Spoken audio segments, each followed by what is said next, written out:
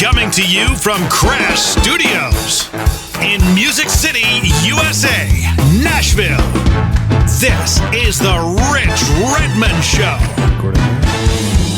Whenever you're ready. What's up, folks? Yep, it's that time. It's time for another exciting episode of the Rich Redmond Show. Hey, we're in the holiday season here in Nashville, man. The leaves are falling. It's like a Van Morrison song. It's my favorite time in Nashville. It's super crisp. The weather is great. Jim McCarthy, JimMcCarthyVoiceovers.com. Jim, what is up? Oh, you know, it's been a minute. As my co-host, my co-producer, my sidekick. Yes. Sidekick. He hates that. But listen, man, we chick. got something to celebrate. We got over 200 episodes. We do. And I know that there's some other drum podcasts out there. They've got 600 episodes. They got 1,000 episodes. But hey, this is a commitment. We did this, man. That's right. That's right. Well, we started with 2 a week 5 years ago. We couldn't keep up that pace, but now we're at about 1 a week. Right. And I'm just proud of us, man. And thanks for all your time and talent. And, you know, we live in different proximities now, so it's going to be easier. Oh, it's so much easier. Why? Because I am a Spring Hillian. Like, there's just been this trend to migrate south. You're no longer a Brantiochian? Brantiochian? Yeah. I was on the poor side of Brentwood. But all right, it was so convenient.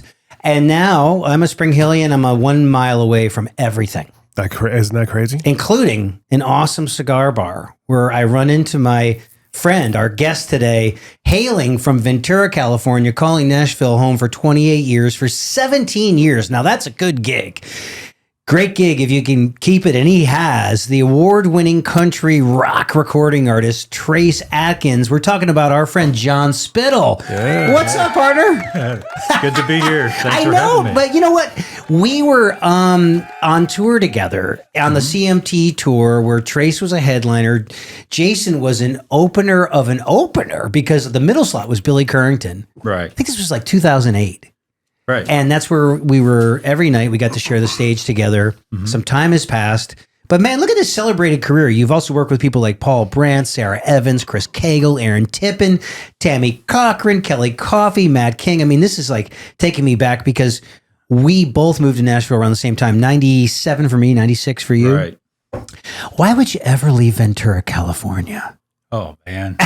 Why would I mean, it worked out. But It worked out. Yeah. What made me move to Nashville was my brother's a bass player. He moved here a year before I did. And do I know your bass player? Bring Your that brother? microphone a little Spittle. closer to you, if you could. Bring that microphone a little bit. Okay. Oh, yeah. Get on that. Is that thing. better? There. Yeah. All All right. right. It's nice. So my brother moved here a year before, Yeah. and he kept calling me saying, man, you got to move to Nashville. And I'm like, yeah, we'll go to Nashville. You know, I had my stuff going into L.A. and all that.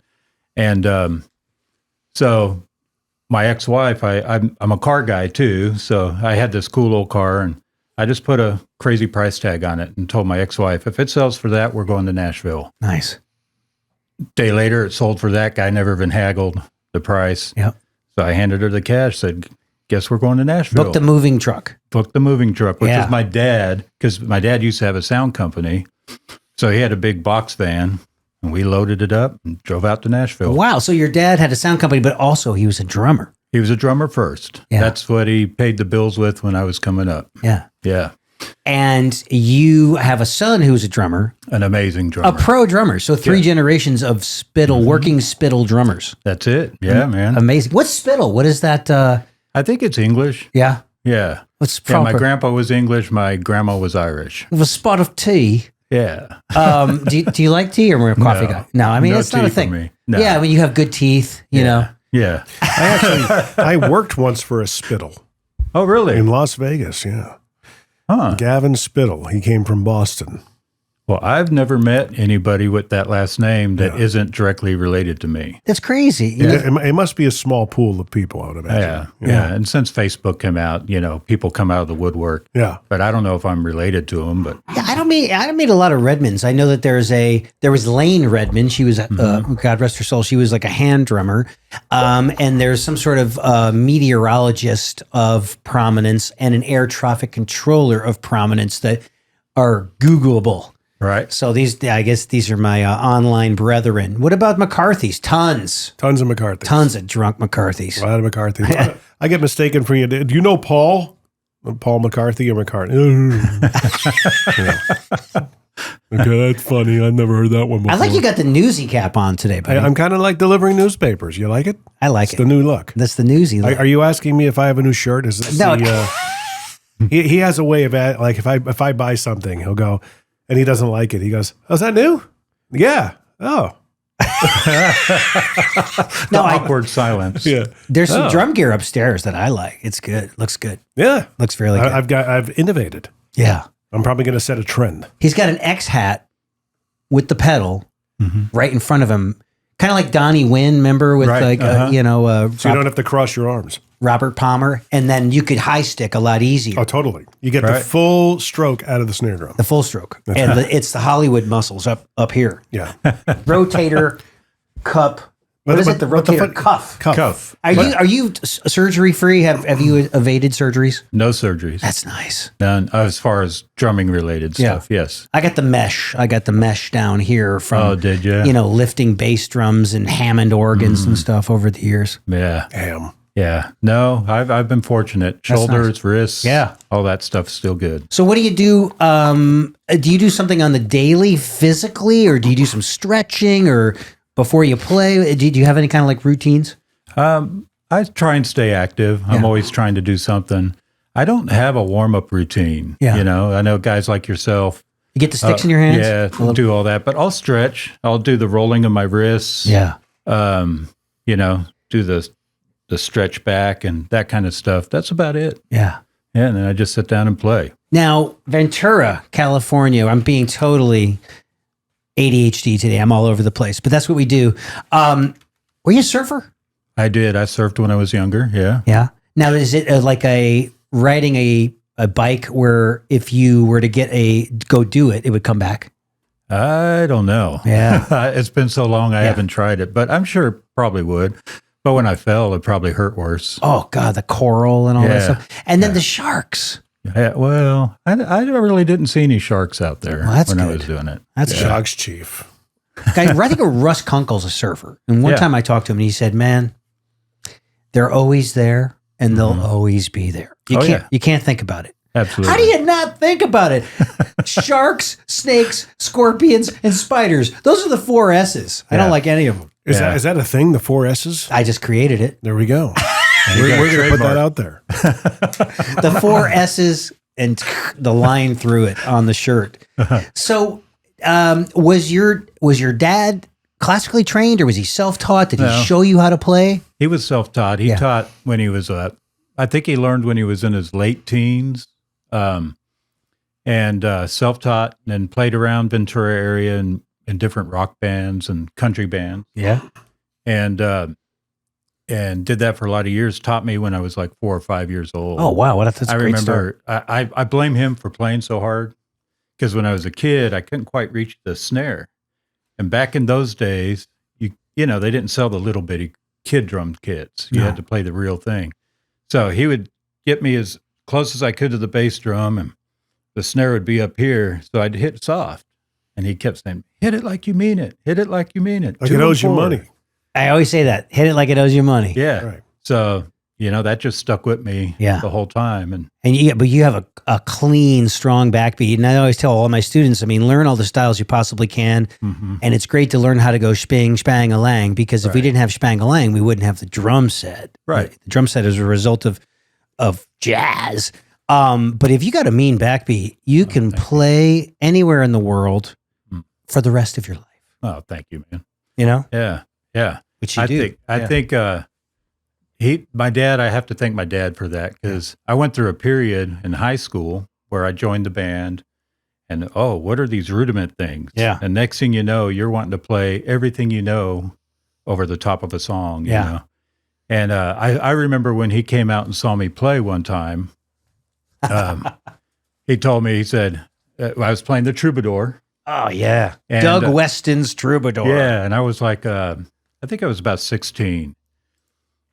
And I was throwing up all over these songs. Everything I knew, throwing up. And after the show, he was sitting out there and I came out and said, what'd you think? He goes, you want to know the truth? I said, oh, yeah. It sucked. That's some tough love, man. He said, you lost your groove. Yeah. You lost your groove, man. The 2 and 4 went away. guys were singing and you were playing over the top of them. And he goes, I recommend you kick, snare, hat. And when you get that down again, then you could add a tom, then a cymbal. When you say playing over them, do you mean like just Neil Pearting filling over them? Oh, kind yeah. Of thing? Just diarrhea of the drums. Right. Yeah, you got to go through that phase, and the earlier the better. Yeah. Yeah. So I did. I sat back and, took his advice, and he's never steered me wrong, Yeah. He said, hey, if you can make that bass player comfortable, that guitar player comfortable, you'll work. Amazing. They got to be able to rest on you. That's great advice. Now, do we still have your dad? Yeah, he's 80. Just turned 80. That's amazing. My dad's going to be 80 as well. Wow. In June. That's crazy. He was 80 in October. Yeah. And smokes 2 cigars a day and drinks bourbon every day. Is that where you got it from? The cigar love? I think I introduced him to it. Yeah? Yeah. It's a thing that could run away from you. We were talking about, we ran into another friend. This is crazy. There's a great engineer in town. He's a bro of yours as well, J.R. McNelley. He's amazing. And he's he was a tracking engineer like every day in Nashville. And I worked with him in 1999 doing a session for Crystal Taliaferro, and I don't think I've seen him much since. Mm-hmm. But I walk into the cigar bar and he goes, Rich? And I was like, oh my God. So here we are, I don't know how many 20-something years later, Right. We ran into each other. Turns out, we were talking about George Burns, and the old joke is like, hey, George, what does your doctor think about you smoking 6 cigars a day and drinking all this bourbon and chasing young women? He goes, I don't know. He's dead. He was good that way. That's a good one. Yeah. But then you walked into the room, and I'm Yeah. like, oh my God, John, I haven't seen you in forever. Right. You know what the funny thing is about that place? You walk in and everybody's looking at you like, where do I know you from? At least Right. that's the impression I get. You know what? I feel like I'm ashamed the amount of business and pleasure I mixed at a place called the Red Door in Nashville. And everybody who knows, Everybody they moved bring up down my here. name as synonymous with like, you need a Cheers. You need a place where you walk in and they go, hey, Normie, right?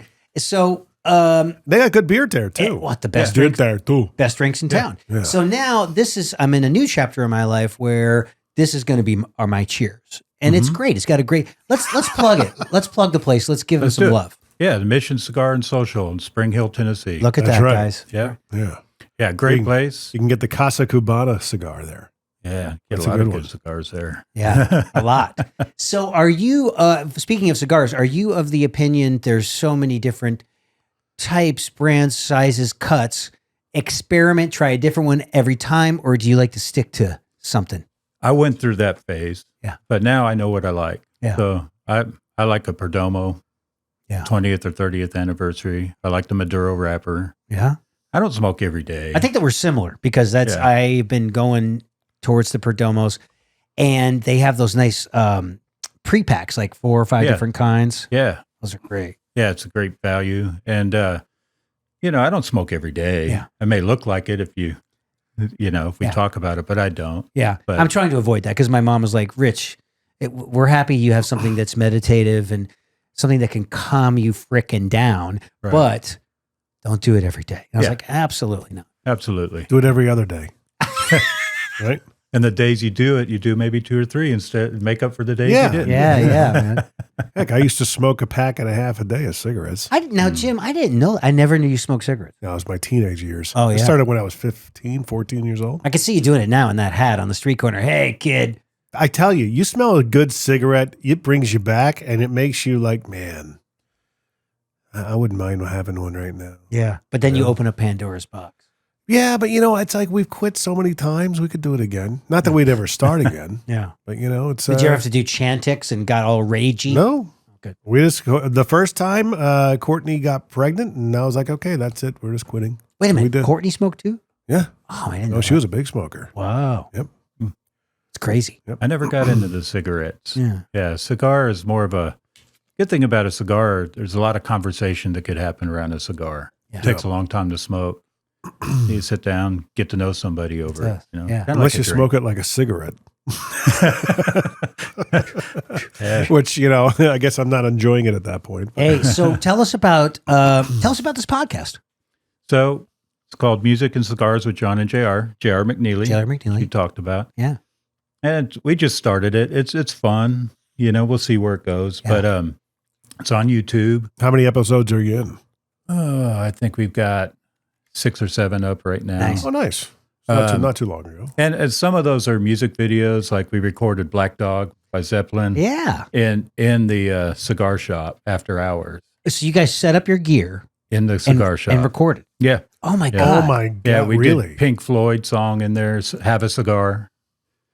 So, Amazing. It's funny. One of the podcasts I produce right here, the Ales and Tales podcast. Here, I'll put it up at the camera. Everybody does know that Jim produces about 20 podcasts. I know. So we actually do beer tasting right in here and do a bunch of stuff. We've been wanting to get our podcast in there just to do a remote, you know? they're great guys. They let us do it. We do interviews in there with songwriters, musicians, producers, all that kind of stuff. Nice. I love it, man. Yeah. Put that on the to-do list. And so coming to Nashville, what were you doing in Los Angeles? What kind of work? Did you go to college and study or anything? Or you man on the streets? No, I didn't. I played around in rock bands trying to be a rock star, Yeah. That whole deal. So Viper, Whiskey. Yeah, all those kind Roxy. of places, yeah. And different bands, different things. And then I got hooked into doing some jingles, doing session work down there, doing jingles, and doing demos and doing some of that stuff. So that was kind of my bread and butter for a little while. On top of, I'm a car guy.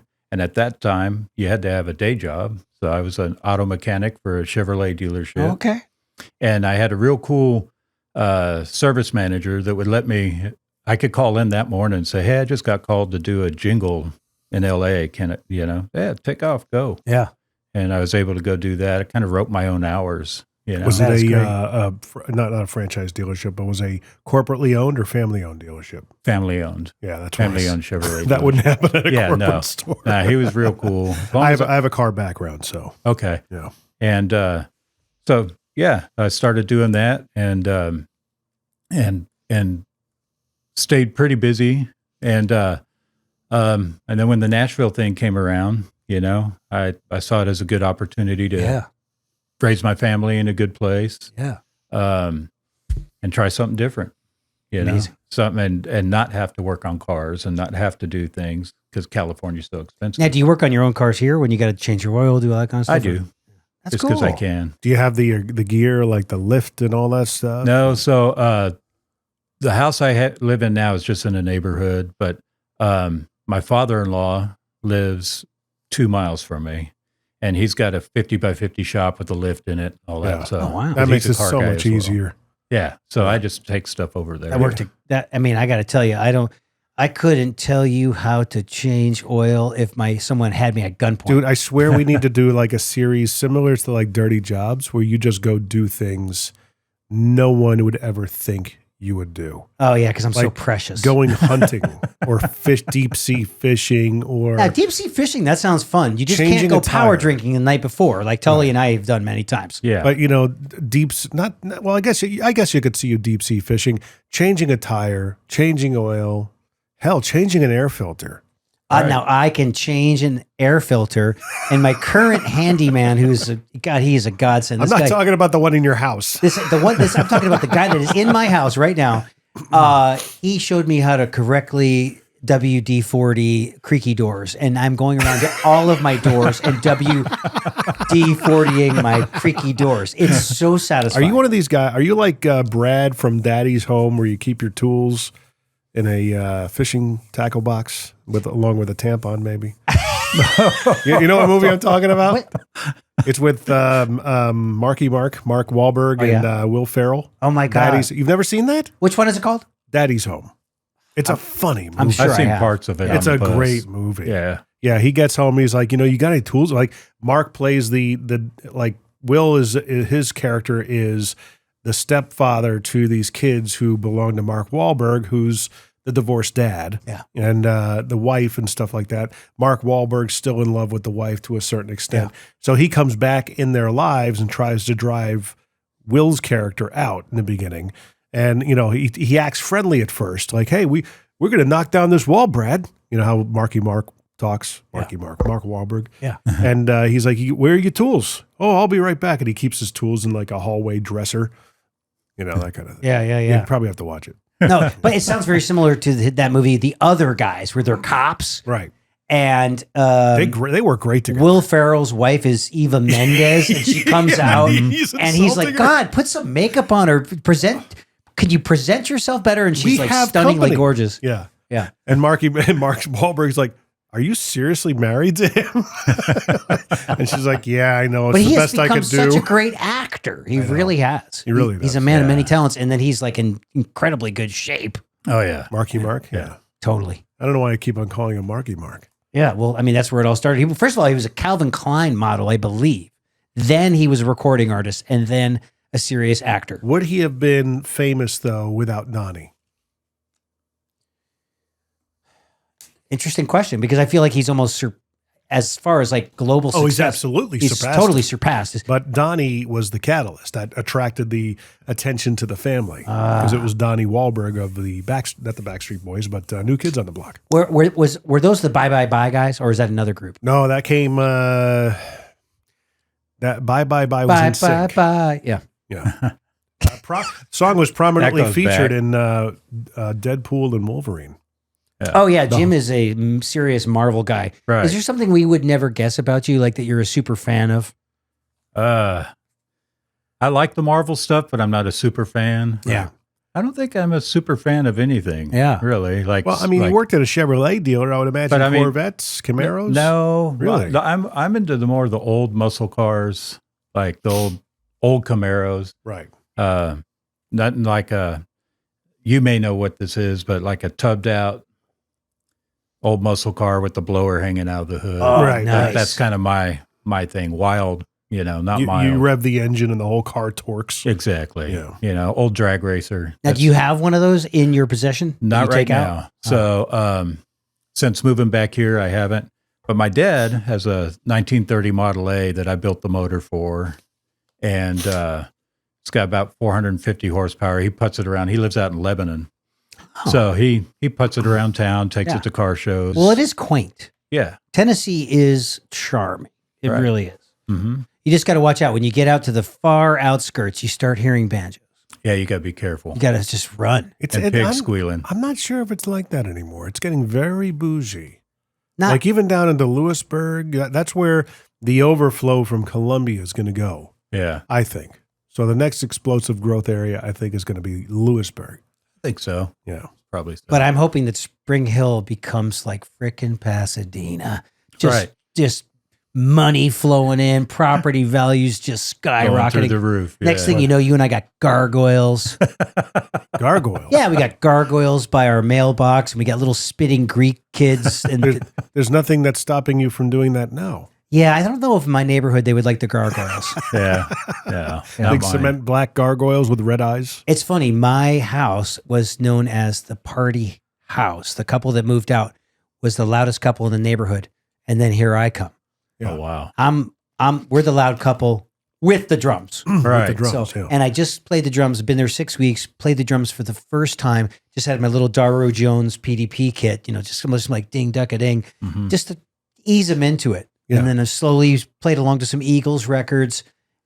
So far, so good. So good. Yeah. I don't have any idea. I'll go upstairs and play when everybody leaves here because my kit is upstairs. Yeah. And I just have a ball. There's woodshed and everything. And sometimes the people that work here will be outside. And one girl, Sydney, she's like, I was down by the mailbox and I could still hear you. I'm Jim like, is really? Wow. Jim is self-taught. He has the thing. He's a rock drummer. Like he can bark away on the hi-hat. He's cracking rim shots. He's burying the beater. There's a nice balance between the limbs. He knows the vocabulary of a rock drummer.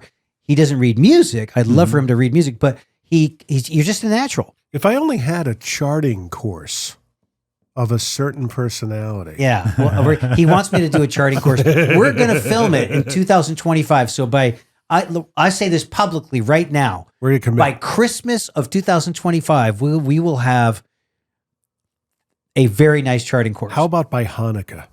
Okay. Well, that's early December. Is it going to be Nashville numbers or No, because Jim Morelli's got that covered. I'm going to go in my lane, which is how to create the quickest drum chart you could possibly create Yeah. in real time. Because I have my students, I'll turn the thing over and I'll say, all right, here you go. We're going to both chart as much of this song as humanly possible. 4-bar intro, verse, 8 bars, pre-chorus, 3 measures, a stop on beat 2 of the 4th bar. So I'm writing it out all in real time, and they're looking at me like, "Oh my!" I'm like, "Yeah, dude." And we'll start with like "Hurts So Good," Right. Boom, crack, boom, crack, Right. boom, boom, and then I'm like, "Okay, you just got to get faster." So you got to chart 5 songs a day, every day, Yeah. and so then you'll have it so down that if anybody calls you and says, "Hey, I need you tomorrow, 60 songs, no rehearsal," you got this. Dude, charting the songs is a saving grace. Saving grace. I couldn't imagine learning 45 minutes worth of songs without having that tool. without having that. You heard it here, kids. I use the Nashville number system as a base. Yes. And then notated here and there for certain punches and So breaks. you do like 1, 4, 5, 1? I do 1, 1, 1, 1, 2, Oh. 2, 2, 2, and I go all the way through 4. Like I'll list out 1, 2, 1, 1, 1, 1, 2, 2, 2, 2, all the way if there's 16 bars and there's 4, right? Yeah. And then I go on to the chorus, start over at 1. Yeah. And that way, at a quick glance, if I look over, the 1 starts it over in that next section of the song. Interesting. So you have a modified. Now, do you introduce like Western classical notation, like I do. bop, bop, I quarter? do. See, for that's the breaks skill. and punches and diamonds and, all Amazing. those Yeah. kinds of things. So Jerry Rowe, it's kind of interesting. Jerry Rowe has become one of the hottest session drummers in Nashville right now. Mhm. And he does kind of like a Larry London thing, which is 1, 1, 1, 1. Right. 1, 1, Right. 1, 1. And that's cool. So my thing is more like, here's the intro, 4-bar intro, 4, Right. verse 1, 7, stop on beat 1 there, and then I'll write the kick drum and snare drum pattern there. Boom, crack, boom, There boom, you go. crack. Yeah. And I got my BPMs up here. Right. Whatever you need. So to me, there's no right or wrong. Yeah. You could take any method and morph it to work for you. You know Sean London, Larry London's son? Yeah. So he's the one that showed me the Larry London method. Yeah. And then it just got to where it was all those ones. Too and many ones. I'd get lost. Yeah. So that's when I started doing the 1, 2, 3, 4. That's smart. Just for me. Yeah. And I told him about it. He told me I was stupid. So But if you know Sean, the he- numbers. he said it in. Well, he he's- became like a great lighting designer. I Yeah. think that is his craft now. Yeah. Yeah, he does video walls. and Video stuff. walls, yeah. Yeah. Oh, really? So, Yeah. yeah. Interesting. Yeah. We He's a do- we very, do- we do very that here, smart too. guy. Yeah. You So did you know Jim, just that? tell us really quickly, since we don't have a sponsor, what all your side hustles are here at this in this building. All the side hustles. Let's see. We have the podcasting, which is the it'syourshow.co, Right? where I am somewhat actively involved or fully involved with podcasts on some degree or another. We have Incredible Doors, and you're local here. If you ever have a garage door issue, call me. Where we fix garage doors, maintain, installing new garage doors. Upgrade, and, yeah. Lighting. We do a lot of light. We manufacture our own lighting. Cool. For if you've been through a car wash with all the colored lights, Yeah. probably. Did you ours. guys do the one down on Columbia Pike on the main drag in Spring Hill? You're talking about the one by Lowe's? Yeah, it's like right behind the Mission. Those are by the Mission. There's 2. There's one up by Lowe's. There's one down by The the crossings. crossings. Yeah, and then those- there's one off Port Royal. We don't mention them. Those are Okay. no. They went with somebody else. It was Well, I some- wish I would have known about the garage door thing. I just replaced the garage door spring myself. Oh, did you? Yeah. Gotta go. How long did it take you? Great. Not Did you very long. go from left to right? I don't know what that means. You have to. I did I only got one spring. I don't have one on each side. Right. But I bought the tool to, Is it good and balanced? it's good and balanced. Good. Put Yeah. it up there. It hangs right there. That's Yeah. right. And they have their own YouTube. Wi-Fi network now. The MyQ, Oh, yeah. where MyQ and it and- lets you know every time you open the garage and Yeah. close the garage, which Yeah. is like smart, so well, smart. The garage weighs something, so you got to have the spring to offset the weight. Gotcha.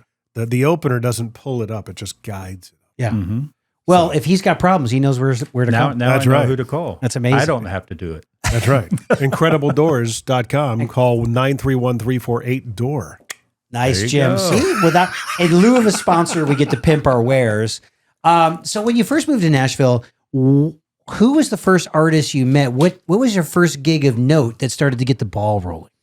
My first one was a guy named Marty Brown for about 2 weeks. He was a songwriter, wrote I'm from the country. I'm from the Right. country. and played with him for a little bit, and then played with Matt King after that. Mm-hmm. He was like a quasi-Christian pop rock, Matt right? King? Or was he country? No, he was just country. Okay. And now he owns his own coffee thing. He's married to Heidi Newfield. Okay. Yeah, they live in North Carolina, I think. Okay. But she moved, huh? Huh? My wife used to massage her. Yeah. But I think they have a place here and there. He started a coffee place in his hometown. They used to live up in West Haven, or she did, but maybe when she was married to a sports agent at one point. That's right. That's right. So I played with him for a little while, and then that led into playing with the guy named Neil Cody, and he was more in the kind of indie rock kind of thing, and did that, and then he lost his record deal. You know, a lot of these new artists, you know how it goes.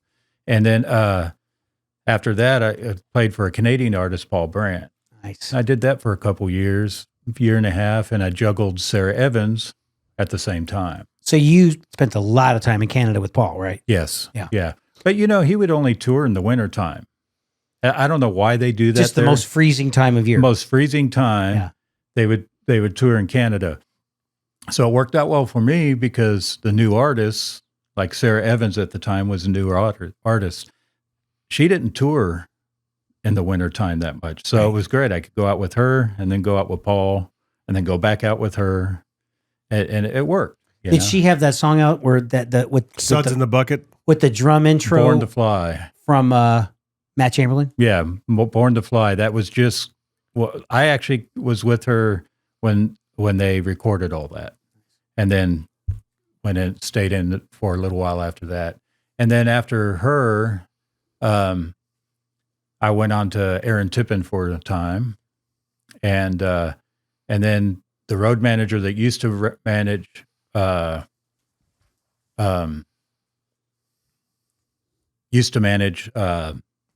Brandt. Yeah. Called me for the Trace gig. And well, first he called me for Chris Cagle. And then Chris Cagle, I just filled in.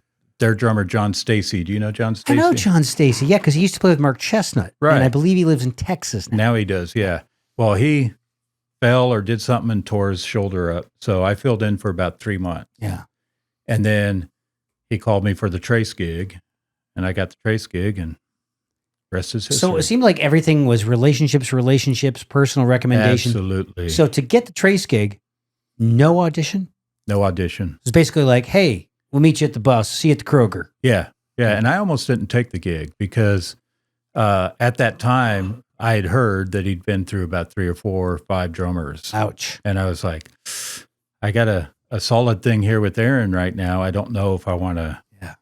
And so Steve, the guy that recommended me, said, I wouldn't recommend you if I didn't think you could do it. So I was like, okay. Nice. What was the reason why he went through all the drummers? They just got better opportunities? Or? You know, I don't know. Yeah. To this day, I don't know. I never asked. And I went in, no rehearsal. Basically, we met at SIR, and all we did was kind of line check everything real quick, and then packed it up.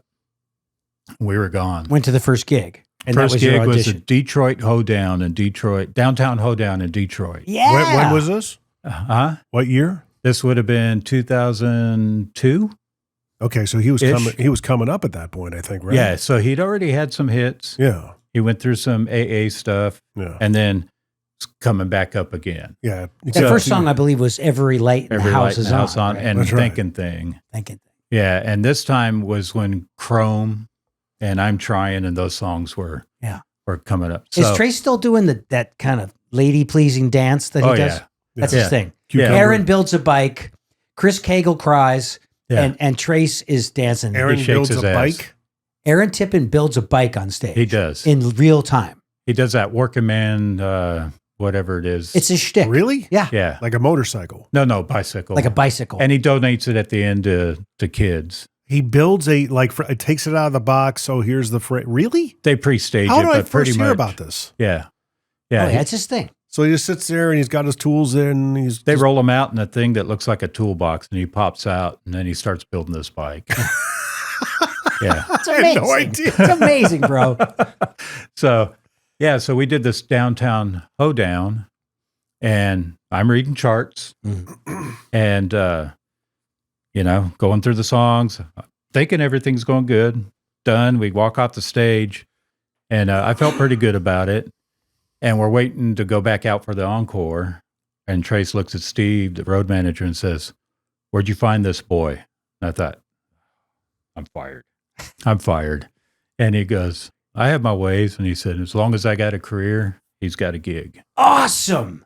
And I've been there ever since. That's what you want to hear, man. I just got the chills. I have a feeling he said it in a much deeper voice. Much deeper. As long as I got a career. Where'd you get this boy? So my Trace Adkins story on that CMT tour, Tully, our bass player, has got the hair. Yeah. It takes at least an hour to do his hair. And it's like, your spiky, modern, messy musician hair is just supposed to be, it's supposed to look like there's no effort. Just the get out of bed look, right? But it's very meticulous. So Tully is in the dressing room in the hall.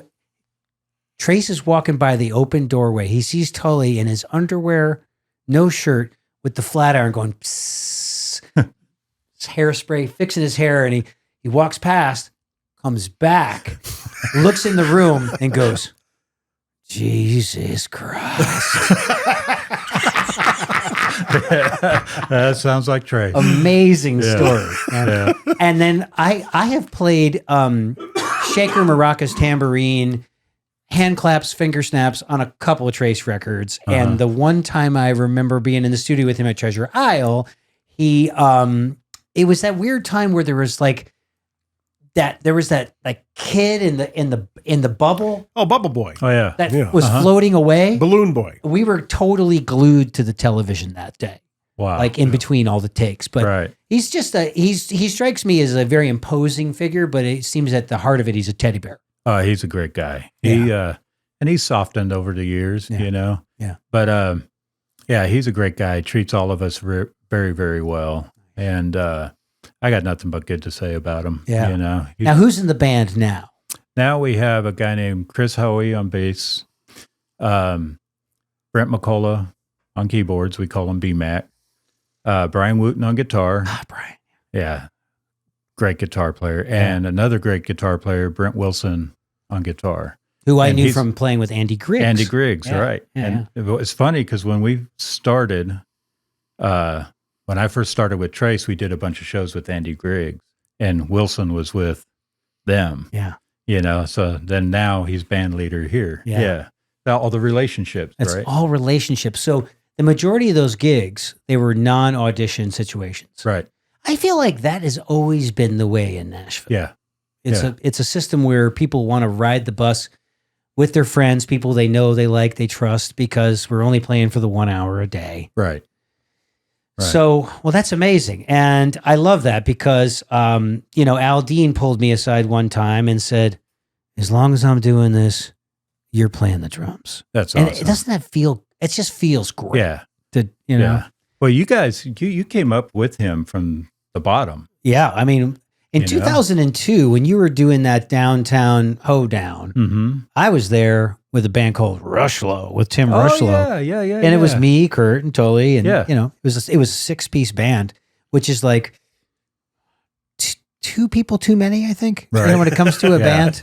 Yeah. You know what I mean? Yeah. We had a great time, and everybody was awesome, but that's a lot of mouths to feed. But I can't be your friend anymore. Yeah, it was our soft hit. That's right. We got the 13 with that sucker. You want to see Rich at age 32, right? About age 31. Age 32. Yeah. So 02 it came out. God, to be 32 again. Oh, I'd love it. Wouldn't that be amazing? I wish I could be 32 and know what I know now. But it's impossible. It's impossible. It just doesn't work like that. No. My son's 31. Yeah. 30. 31. What if you could just impart the knowledge you have, like not trade places with yourself, but somehow beam your experience and knowledge to your 30-year-old version of yourself back in time? That would be awesome. What would you tell them? I wonder how much different I'd be now. I would just say one word. What's that? Bitcoin. Yeah. All right. When you hear about it in 2013, just spend the $100 on it, the whole thing. So now here's the deal. I got some friends who got in early on the coin, and they got up to $2 million. Yeah. Wow. And instead of cashing out, they kept riding that wave, and it went way down. Yeah, but it's at an all-time high now. But maybe it's up to $3 million for him. Did they sell that? Did they sell out at it? I don't know. I just remember going, "Oh, dude, so close." Yeah. That's the whole thing with gambling. You're like, well, surely if we can do 2, we can do 4. Right.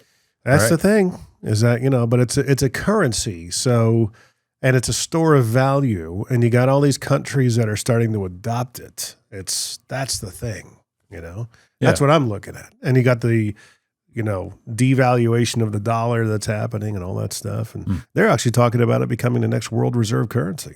And there's only 21 million of them. Limited supply. Do you think that we are going to live to see that? Crazier things have happened. I mean, everybody laughed when it said it would get to, $50,000. What are you, out of your mind? And then it did. And now, $100,000. They're talking about it hitting 400 million at some point. Remember we were talking about NFTs? Did you ever go out and get an NFT? No. But we had a guy on that was into it.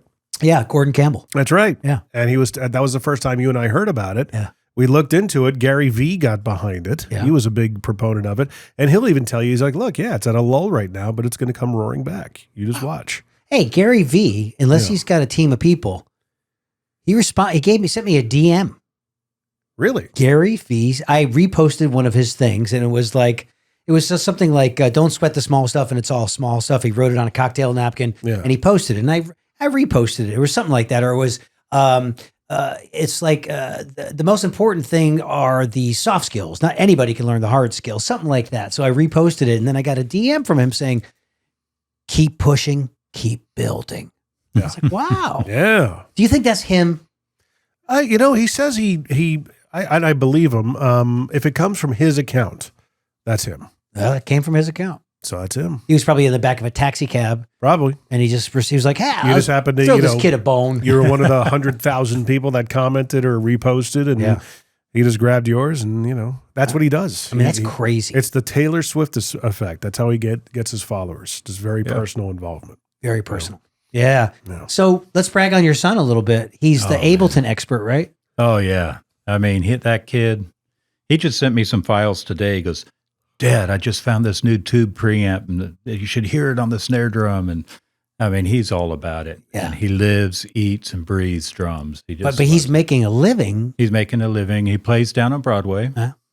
And that's kind of his steady gig. He plays there Thursday through Sunday. Yeah. With the same group of guys. So it's not like he's hustling different things. Different locations. Right. With the same group. A couple different locations. And then he plays with a guy named Peyton Smith, a new artist out. So he goes on the road with him. They're on their way up to your guys' neck of the woods this weekend. Probably going to play the Wolf Den in Mohegan Sun, right? Something like that. No, he didn't mention that. Yeah.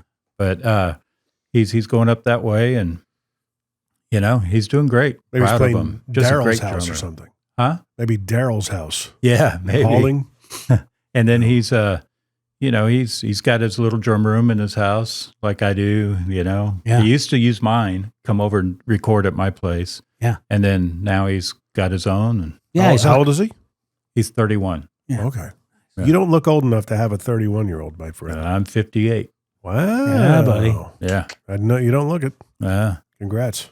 Hair dye. Well, that and just a career in music and the car business. My goodness, you're ahead of the game. Yeah, big time. Somebody yesterday was like, I said, since how long have you been playing? I said since 1976, and he goes, what? I was like, yeah, and he goes, what are you doing? I was like, olive oil. You just got to put olive oil on everything. There you go. Yeah, that's my salad dressing. Yeah, that's right. The best thing you could have. Yeah, yeah. And you're a half Italian. And then occasionally some honey mustard. Mine, I got too much sugar. Yeah. Sugar and I got to cut sugar and bread Eat some sugar with me. I don't think those are the lyrics. I don't think that's how the song goes. Back to this drumming thing. What are some highlights of your career with Trace? Some like amazing venues you guys have done, or because you've done all the Conan O'Briens, the Jay Leno's, the Jimmy Kimmels, the Jimmy Fallons, Ellen, New York, the NYC Live, all the award shows. Woo. Right. Yeah. Man, I think one of the coolest things was playing Carnegie Hall. Wow. Oh, nice. So Okay. the Opry actually did a thing at Carnegie Hall. Oh, great. And it was us and Vince Gill and I can't remember everybody that was on it, but it was an Opry, Yeah. a short Opry. But just to play Carnegie Hall, that was kind of cool, My daughter sang there last February. Oh, that's great. Yeah. And you Hey, were a puddle of tears, were you not? It was pretty incredible. She Yeah. she couldn't care less, but Well, for me, growing up, my dad being a drummer, I listened to Chicago a lot, and they had Chicago Live from Carnegie Hall. So that just stuck in my head. And then to play my hometown of Ventura, we played the fair. We've done that 3 or 4 times. The Ventura County Fair. Yeah. Yeah. Yeah. So, be there and all my friends and family be there. Oh, that's awesome. Yeah. And they have that Mid-State Fair, which is in Paso Robles, Paso Robles. And then you have the California State Fair, which is in Sacramento. Sacramento. Wow. And there's another one that's in Pomona. I forget which one. Yeah. Oh, Lancaster or Pomona, somewhere down there. Yeah, man. So- I love my California. So when you guys go back and you play like your hometown where you went to high school and, did you have high school crushes? I did. Yeah. Oh, yeah. Did they still live there? Do you know? They do. And did you make sure be like, oh yeah, come on Yeah, and check me out. That's Yeah, right. check me out. Did you do the same thing? I actually married one of my high school crushes. Did you? That was your Sandy. first? Was that your? So Sandy, well, my first wife, we dated in high school. And then, the typical on and off again, kind of separate for 6 months, back together kind of thing, whatever. And then got married. But Sandy, my wife now, I knew her in high school. I knew her parents. Her parents were our band boosters for the marching band and stuff. Yeah. So I kind of got to know them. And so, when I went through my divorce, I was talking to her parents one time and they said, well, Sandy could help you out. She's been through an ugly divorce, and if you got any questions. So I did. I reached out. And next thing you know, it's like, hey, she's still cool. Did she know that you had a crush on her? She does now. but she, You never told her? back then, I liked her, and I told her best friend that I liked her. And Did you tell her I like her? yeah, See if she likes exactly. It was me? one of those kind of things. Yeah. And her friend Shelly said, "You're not good enough for her." And I was a bad kid in school. I was not a good kid. Just getting into trouble. All kinds of trouble all the time. Wow. I believed it. Maybe She that goes, was she'll the never appeal. date you. So I never tried. Yeah. Yeah. So anyway, Wow. but now we're married. Life is funny. Did you have the same thing, Rich? Did you have somebody that, like, I guess it would be you left Connecticut when? Oh man, yeah. So I left Connecticut when I was 11. Okay, so basically all of your teenage years occurred in El Paso. Yeah. So my first kiss and my first girlfriend was Debbie Durham, and we'd wear our matching Police Synchronicity shirts. So cute. Yeah, but you didn't. But I'm talking about somebody like the unattainable, the crush that never reciprocated. And now you go back to El Paso with driving this powerhouse. No, I always got reciprocation. Yeah. There was this one girl. The There was this salesman. one girl that I went to high school with that was always like, I won't mention names, Right. but she always looked down on the people I hung out with. Right. And then when I went back and played the Ventura Fair the first time, all of a sudden she's my best friend. How do you like me now? Yeah. Oof. That's right. Oh, good to see you. So proud of you. Oh, you've done so great. And Yeah. you want to say something, but Yeah. all you could do is say thank you, Yeah. I mean, but you want to say, yeah, well, back then you didn't think Yeah. so. Did you want to come backstage? Wink, wink. You want to nudge, say nudge. You want to say a few words into the mic? Damn, Jim. We're gonna get like an X rating. I didn't say anything. Parental advisory. I'm talking about during sound check. Do you want to say some words? Yeah, into yeah. the The mic? Ventura County Fair in The meat Carnegie mic. Hall. Yeah. Yeah. Yeah. Now, have you guys done the? I mean, you're doing a lot of sheds. Yeah. Did you guys ever do the Hollywood Bowl? I never have. Yeah. I've never have. I wish I could. Damn. I've never done it. Yeah. Have you done it? Well, we did it one time, and it's way too long ago. It is time to do it again. Yeah. I would love it. And the Greek Theater, man, that would Yeah. be nice. I saw a lot of shows there. Yeah. Is that a notable place, the Hollywood Bowl? Yeah, because the Beatles have played there, Hendrix. I mean, if Beatles you have live in played a Southern lot of California, that's the place to go see Yeah. Is it? somebody. Yeah. That and the Greek. Yeah. Yeah. The thing about the Greek is crazy is that neighborhood is so manicured and meticulous and bougie. Yeah. And all those people have to go traipsing through that neighborhood for like, it's crazy. Year round, pretty much. They must have a hellish HOA. Hellish. Totally. Yeah.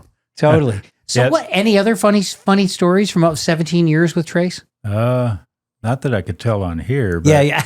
I mean, does he have you over for barbecues and hangs and stuff? No. Really? No, he's pretty private in that. Yeah. But like, where does he live? Huh? Where's he live? He lives that way. 444. Gotcha. Yeah. Yeah.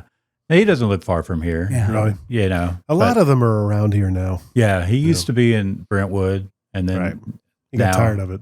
Now he's outside of Nashville South. Yeah. So, but yeah, I mean, it's great. We all cut up and give each other a hard time. Yeah. You'd think we hate each other the way we give each other, you know. Yeah. But at the same time, we all got each other's back. Johnny Rabb had a story about him. Grace? I think he was playing. Johnny was playing with Tanya Tucker.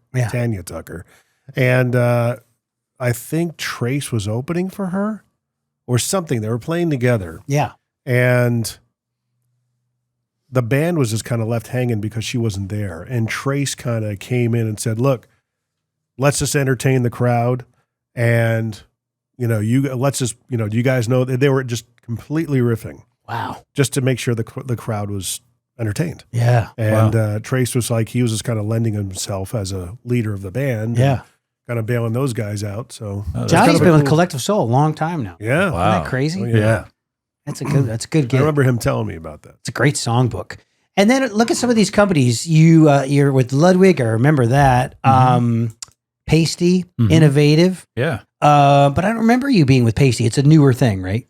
I've been with them 10 years or so now. Nice. Yeah, I was with Sabian. Yeah.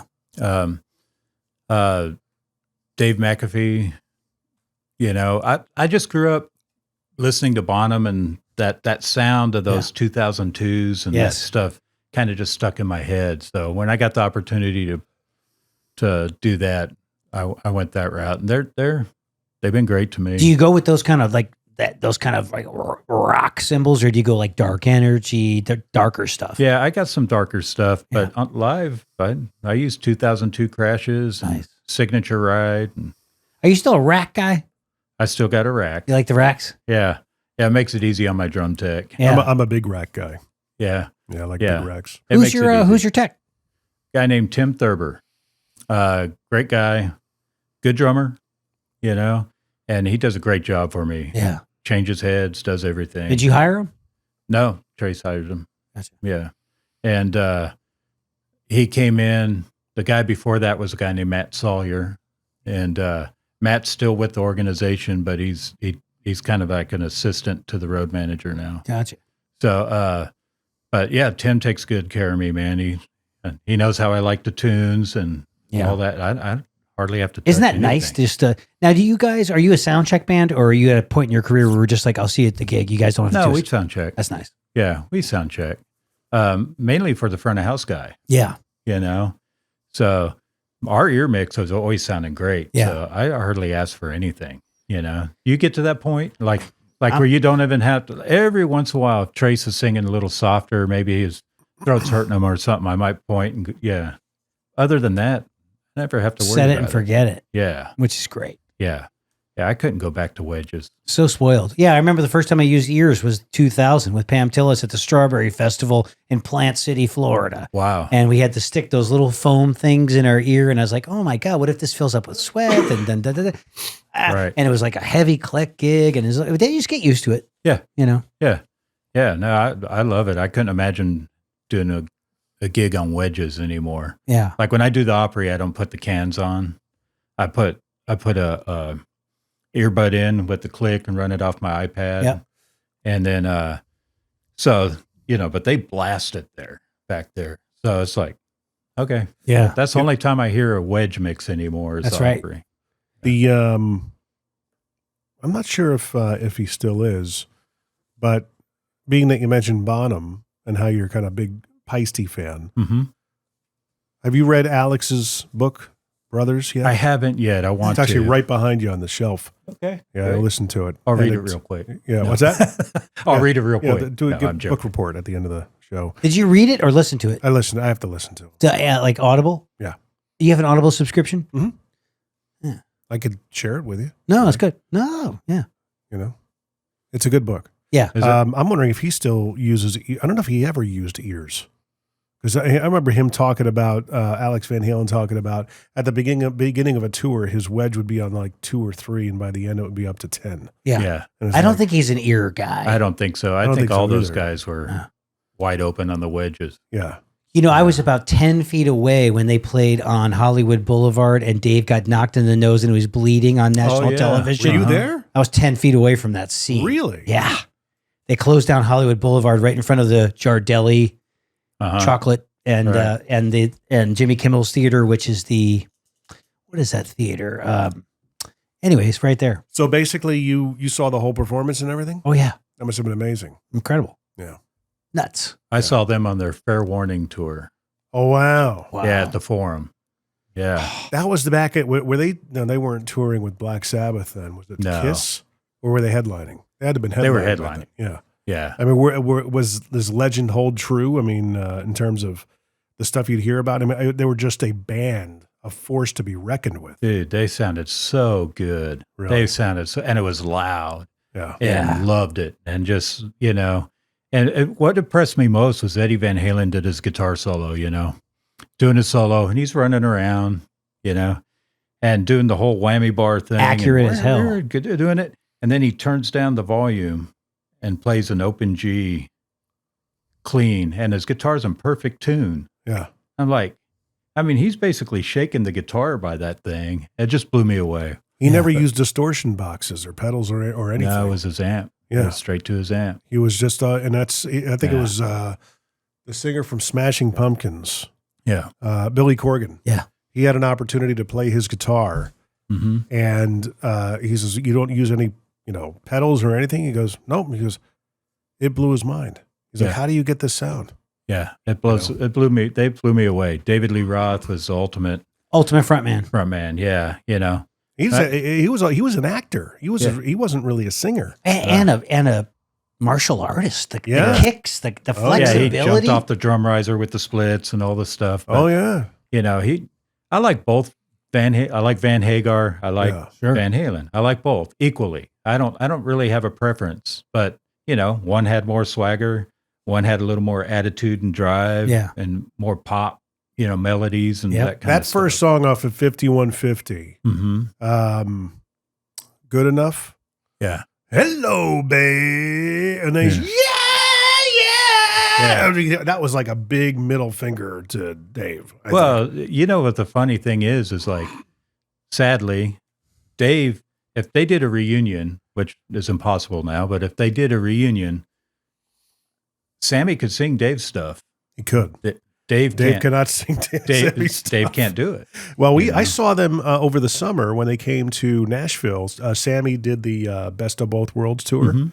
and it was very good. And that was the second show that Kenny Aronoff sat in, Oh, wow. because they had to, Jason Bonham had to go. His mom got sick. Yeah. And then they called to Kenny, and he learned the whole show in a day, 24 hours. Yeah. Stuck it on his iPad. And there My you brother go. was there at that show, said Kenny killed it. He crushed it. Said Yeah. he did a great There were a couple job. of moments where he messed up where I was like, oh wow, okay. That was one of those moments, Yeah. but you're like, dude, it's. Then you just do this. You know what I mean? Yeah. So Trash can ending. trash can ending. Yeah. But it's a great book. It really kind of opens your eyes, and it gave me a whole new appreciation for the 1984 album, because that's the album that got me into music. Mm-hmm. Like everybody has that moment that you break off from your. Why did you do that? I'm saying me and you, that was a catalyst. That's right. 1984 and synchronicity. That's right. Yeah. Yeah. There was Synchronicity in 1984. Both. So that was the Huge first game album changers. that basically introduced me to my music that I liked, and Right. broke off from what was my parents' music. Right. And to hear the stories, that album almost didn't happen. Really? Like Ted Templeman was like producer in name only. Wow. It was Don Landee and Ed Van Halen. Apparently, he didn't like being called Eddie. Okay. That's Alex Edward. talks. Edward or Ed. And the 5150 studio came to be because of that album. Wow. Because he was trying to fly under the radar of Warner Brothers. He wanted to do keyboard heavy songs, piano heavy songs. That's how Jump was born and stuff like that. And Ted Templeman heard, I guess, the demo of Jump. He says, this sounds like a baseball stadium song. Right. He says, this is not a hit. Yeah. And it was their biggest hit ever. Ouch. My first encounter with Van Halen was Running with the Devil. Yeah. And I remember got that album, took it home, put the needle down, and that started off in that. Yeah. I was just like, man, that is, turn it to 11. And how about Michael? He's seriously underrated. Oh, he's seriously like underrated. He's like the glue. Yeah, man. He really, and his high voice. Oh, yeah. I always thought that was Ed. Yeah. Singing those parts. I did too back then. But, and you know, back then you didn't have YouTube. Right. So, and no videos, no, even MTV and all that stuff wasn't out. So the stuff Eddie was playing, you're like, what is this guy doing? Right. Isn't it strange also how massive it sounds and you don't even think twice about it, but with no rhythm guitar player in the band, when they go to the guitar solo, it's just bass and drums. Exactly. Right. Isn't that nuts? And Anthony just holding it down. Man. Yeah. I mean, he's got to make the changes. Yeah. If he misses the changes, that's not good. Yeah. But the funny thing is that here we are, a group of 3 drummers sharing our, like, we all understand. We're not guitar players. With some of us may understand the nuances of playing the guitar, but not like a guitar player knows. Right. We all have an immense appreciation for Eddie Van Halen. Oh, absolutely. You know what I mean? 100%. There's no other guitar player that I can think of that you have that kind of appreciation for. Right. And then the only way I could chalk it up to is the fact that when he picked up that guitar, it was like an organ. It was like a part of his body. Yeah. I feel like the only other guitar player that transcends the instrument to where you're like, that doesn't sound like any other musical instrument in the world, Steve Vai. I agree. Yeah, I mean Steve Vai and he's not as popular. He's not a household name like Edward. Right. But every time I see him play, I know there's a lot of processing. I know there's pedals involved. It sounds like an alien. I agree. Device. I agree. But would there be a Steve Vai without Eddie Van Halen? No. But that's the other thing is that Steve Vai, and I get what you're saying. That the thing that I sent you today, what those guys were saying about you, is that there are drummers, and then that play the drums like they're the drums. Then there are drummers who play it like it's musically, right? They find themselves in the song. That's maybe the appreciation for Ed that we all had. Yeah, because he played for the song. I mean, he did these ripping solos, but I mean, listen to those riffs, right? And his rhythm guitar playing was amazing. Yeah. His appreciation for finding what else the guitar could do. Yeah. Was just something off the charts. Yeah. I always appreciated him, and I didn't know why. My brother too. My brother's a keyboard player, right? Piano player. And when he was visiting here in early October, we were hanging out in my backyard. He's like, put the video for Hot for Teacher on. So we watched the Hot for Teacher video. And both of us, when Eddie gets up on the library tables and he does the guitar solo, both of us were like leaned in. Yeah. Because it's like, did you like that part too? Because we found out in that podcast, I did a podcast episode on my podcast with him, and we found out so much about each other after 50 some odd years of being brothers. And it was, it's like, I like that part. Did you like that part too back in the day when it came on MTV? He's like, I love this part when he's just in the, mug into the camera and everything. I'm like, that was the best part of the video. Totally. Except for the beginning, like, sit down, Waldo. That part. I mean, that drumming is just so good. Oh, man. Just the dude. Guys that look past Alex Van Halen are missing it. But I think as of late, he's gotten a lot more. I agree. His timing was wonky. His stuff was, but you know what? It was good. It was human. But his parts were just so good. And the commitment to the performance. And he played with his brother like they were just He wouldn't play with anybody else. Right. I think that's why. Did you look at any of the stuff he auctioned off? I looked through it, wishing I could buy it. I'd have to sell my house to, buy a drumstick. The acrylic. Now, there is something that's coming for me. I'm so excited that LP, Latin Percussion, which is celebrating 60 years, Alex played LP percussion. And so they're releasing a limited edition Alex Van Halen cowbell that I'm going to take on tour this year.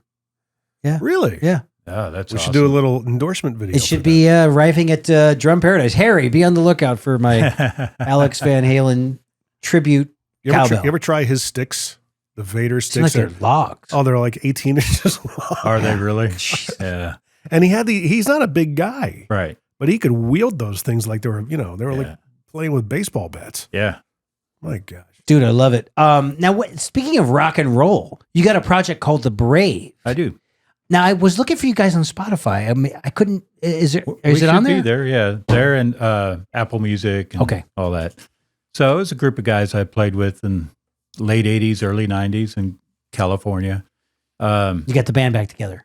What's that? You got the band back together. Yeah, we got the band back together. And we all live in different parts of the country. Yep. The singer, guitar player lives in California. The bass player lives in Indiana.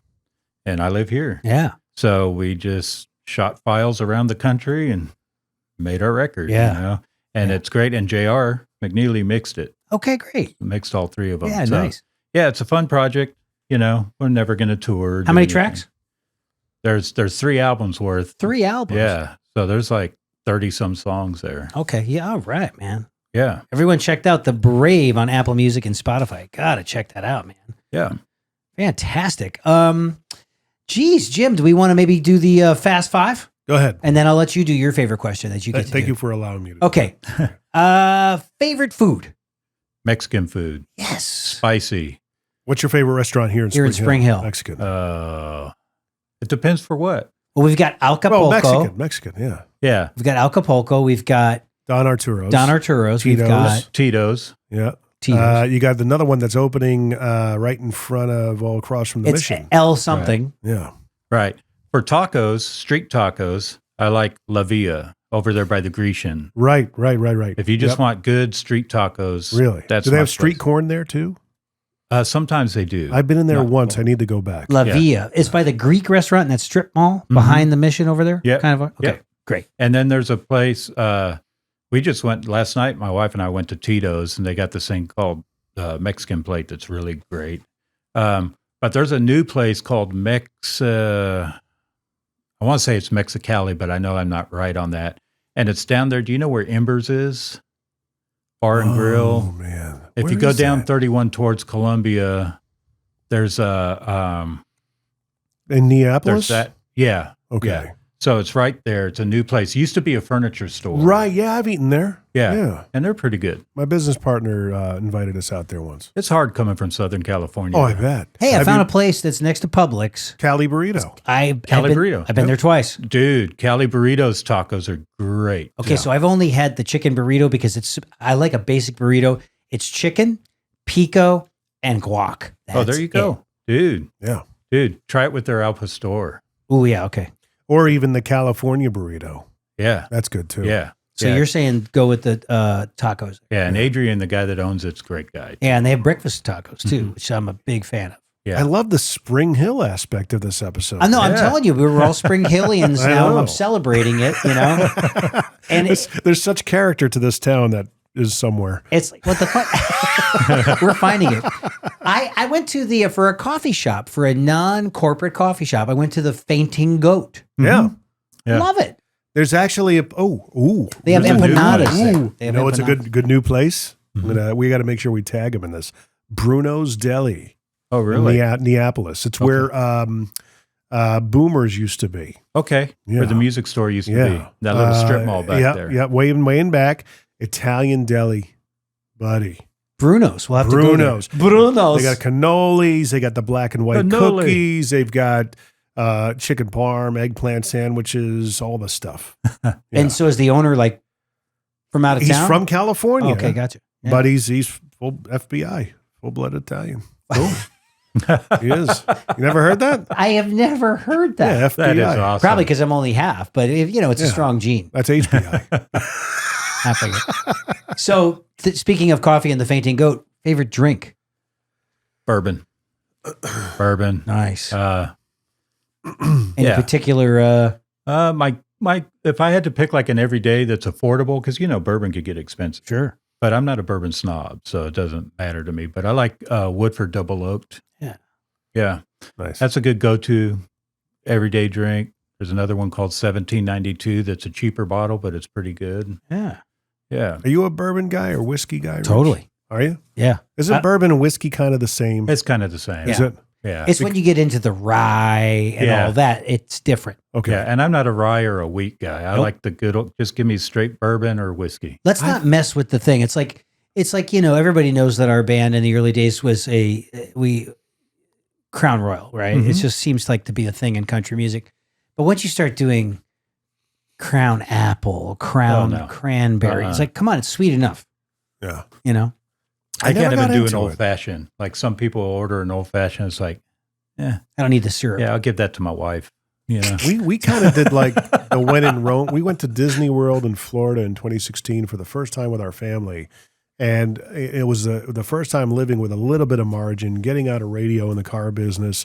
I was doing my own thing, and we were able to turn a 1-week vacation into a 2-week vacation. And while we were down there, just to kind of be, like I said, when in Rome, at least what we thought Rome, we bought Kenny Chesney's Blue Chair rum, and I think it was the vanilla, and then we'd have rum and Cokes instead of beer and wine that we'd normally drink. Yeah, it's a different kind of drunk. Yeah. Rum? It's just so sugary. Yeah. Oh, it's so caloric. And it's just, after about 3 of them, you're like, what's my name? Yeah. In 2015, when we were doing the Chesney thing, at the end of the night, I'd come out and play 2 songs to back him up, and then his drummer would come out and do, it was like a 4-song encore. But Kenny would come and just be covering us in rum. Right. All sticky. It was and- all over his drums and stuff, and I was just in the man. doghouse, man. That's horrible. Yeah. Why were you in the doghouse?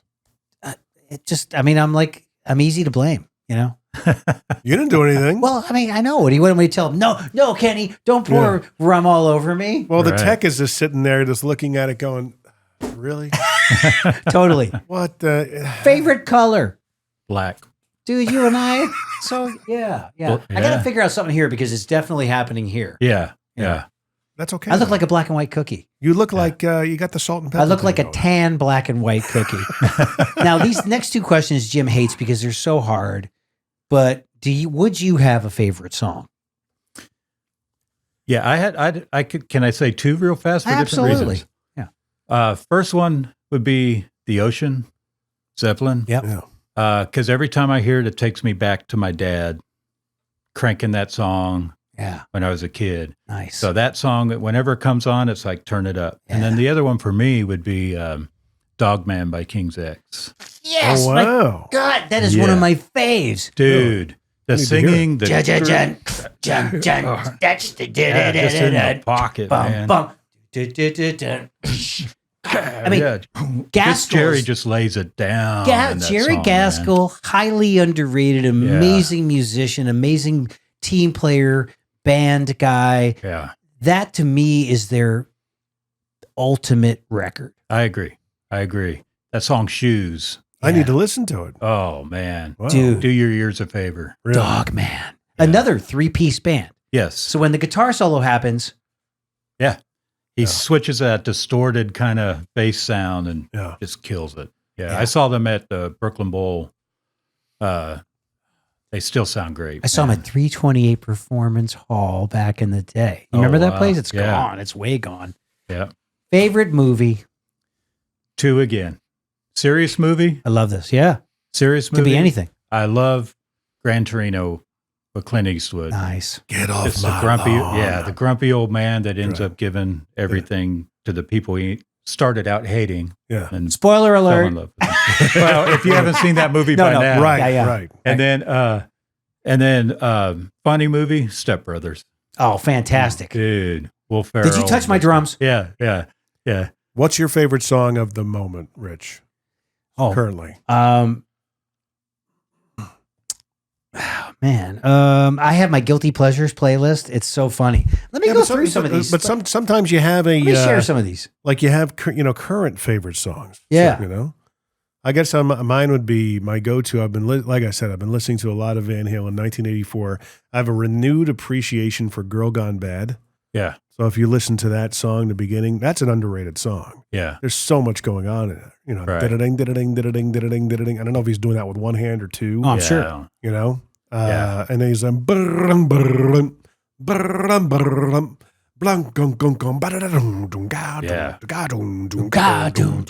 You know, and Everyone. Like, So check this out. So this could be a playlist that the Spasmatics could play. There's a band in Nashville called the Guilty Pleasures, and they play a couple times a year at 3rd and Lindsley. But these are just, and I know you guys, it's going to resonate with you because we're all similar age. Escape, the Pina Colada song by Rupert Holmes. Love it. That's yacht rock. That's Steve Jordan on it. Is it really? There's 2 drummers on that track, but a very young Steve Jordan is one of the drummers. Wow. How does it come in? Didn't know that. No heads on the bottom toms. Concert toms. Sailing, Christopher Cross, a lot of space, perfect drum track. This Runaway is your current Train. list? Yeah, this is Runaway Train, Soul Asylum, Missing You, John Waite, Lonely Old Night, John Mellencamp, Betty Davis Eyes, Kim Carnes, Sunday Bloody Sunday, U2, and a Big Country, Girls Just Want to Have Fun, Cyndi Lauper. You Make Me Feel Like Dancing by Leo Sayer, Steve Gadd on drums. Don't Stop Till You Get Enough, Michael Jackson with John Robinson. Every Time You Go Away, Paul Young. And the list goes on in there. Long Tong Sally, Little Richard. We wouldn't have rock and roll without Little Richard. Right. He never got his due. I agree. You guys ever remember seeing there was a Grammy Awards, and this had to be 30 years ago, and Buster Poindexter, hot, Yeah. And Little Richard were presenting Song of the Year or Best New Artist or something, and Little Richard opens the envelope and he said, the winner of Best Artist goes to me. Because none of this would have happened without me. Oh, wow. And I'm just like, incredible. Man. Drop the mic. Yeah. Anyways, those are some guilty pleasures. I mean, There you go. they're mostly, some of it's the production, some of it's the drumming, some of it's where reminds me of my youth, and some of it is just like, they're just amazing songs. Yeah. You know? And it's that way. Like I grew up listening everything from Chicago to Zeppelin to Bad Company to Tower of Power to all that stuff. But my dad had it all. Yeah. Because my brother came to town, one of the songs that I've been playing along with, and it's a very difficult song to play, is Escape by Journey, which, you ever listen to that song? Oh, It is. There's a lot going on. Steve Smith was That's Steve Smith, man. When the- he used to lay into it, Yeah. he was great, Yeah, man. I mean, he's great a technician now. Yeah. I mean, there's like 4 different parts to that song. Yeah. It's nuts. amazing. Jim, ask your favorite question. Okay, so you have to pick, like, all of a sudden everything ceases in your life musically, and you have to pick a tribute band to be in and tribute some sort of band for the rest of your life. Oof. Who's it going to be? You got to play the music every night, over Probably and over again. if it's not King's X, because nobody'd show up to that, because not a lot of people know who King's X is. I'd say something completely off the wall, because I played rock stuff my whole life. So probably Earth, Wind, and Fire. Oh, yeah. Nice. I love Earth, Wind, and You Fire. remember? Yeah. Just Saying sit there, just do those grooves, man. That's right. Kick the horns, having the horns going. You don't have to play that hard, Right. Yeah. Yeah. Earth, Wind, and Fire. Amazing that they are, and I mean, it's like John Robinson said, if you don't know the Earth, Wind, and Fire songbook, you're missing out. Right. Yeah. Amazing drumming. And all that. I will say that Bill Gibson is still an underrated drummer because a lot of that stuff is kind of hard to play. I've been playing a lot of Huey Lewis. There you go. Yeah. A lot of the faster 12/8s. Right. Yeah, and make it feel good. Yeah. Right. Yeah. That stuff will throw you off. Yeah. Yeah. Sure. Oh, you got to have a good day playing that. That's enough for me at least. No, I mean, no one's playing those kind of shuffles anymore. Right. No. No one's playing If shuffles this is anymore. it, please let me know. Yep. That's right. And then Stuck With You. Oh. That's the shuffle on the hi-hat. Is it that fast?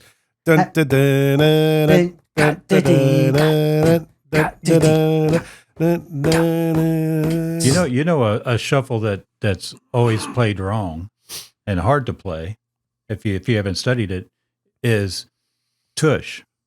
And Oh, yeah. Dude, that's because he does a double shuffle, but the kick's going da-doom, da-doom, da-doom. It's not, and most guys go, right. The kick drums go doom, da-doom, da-doom. So a double shuffle on both hands. Both hands. So right. he's And then the kick drum, you want to play the quarter note, right, but it's just da-doom, da-doom. Oh, I wonder if Frank still, was playing it that way towards the end, or if, because it seemed like sometimes a lot of people will just knucklehead it to make it more powerful. Sure.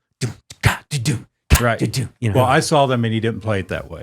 So we did a show with him years ago, and he wasn't playing it that way. He's kind of another underrated guy too. I think so. Yeah.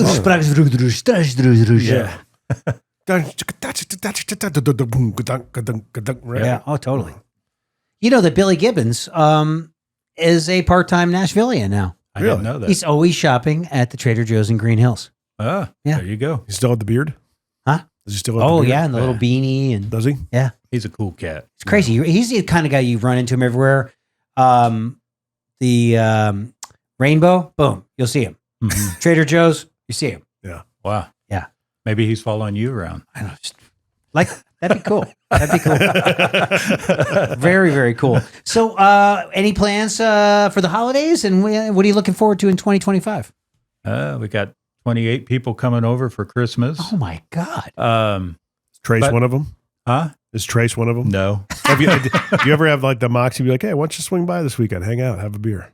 No. Really? Well, he's not having a beer. No, he's not having a beer. Or just have a non-alcoholic beer. Right. No.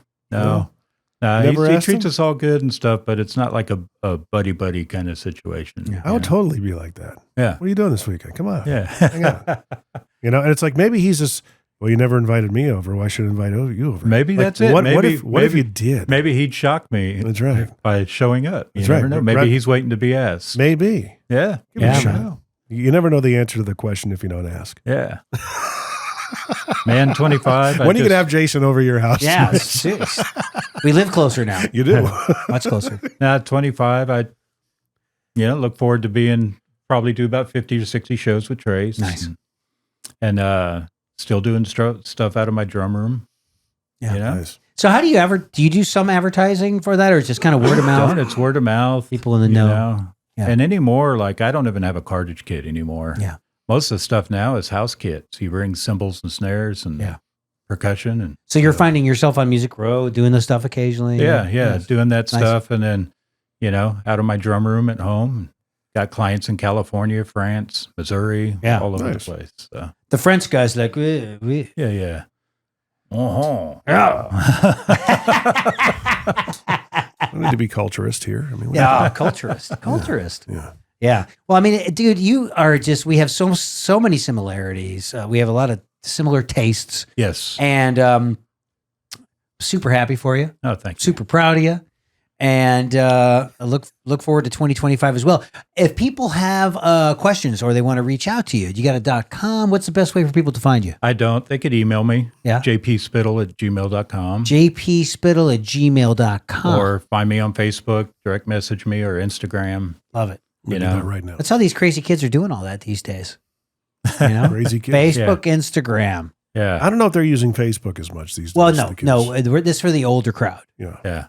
I do like it. Instagram, I like TikTok, Facebook. I'm fine with it. Snapchat. I love Facebook. Facebook's been part of my life since 2009. Right. Or Right. maybe it was 7. I forget. Whenever it opened to the public, and we all jumped ship from MySpace. Right. Mm-hmm. Oh my gosh, you and I have 81 mutual friends, John. Ah, Isn't that crazy? there you go. Well, Yeah. Well, hopefully he lets you in, and then we can all meet at the Mission. yeah, let's do I it. sent you a friend request. Did you get it? That quick? Wow. Put me on the spot. Now, John, is there anything that we didn't bring up that you would like to be public record? I try and hide most of that stuff. Oh my God, man. Oh my God. Speak now or forever hold your peace. Oh my God. Amazing. Well, it was just so fun to good host you conversation. and to be back on each other's radar. Yeah, man. We're in each other's lives again, man. That's great. super cool. Yeah, we got to meet up Definitely. more often. We'll do the thing. Yeah. Everyone, that's John Spittle. Look him up. What was the email address one more time? jpspittle@gmail.com. jpspittle@gmail.com. To all you guys and gals out there, we appreciate it. Be sure to subscribe, share, rate, and review. It helps people find the show. Jim, we appreciate your time and talent. Thank you. As always. Thank you. We'll see you next time. Appreciate it. This has been The Rich Redmond Show.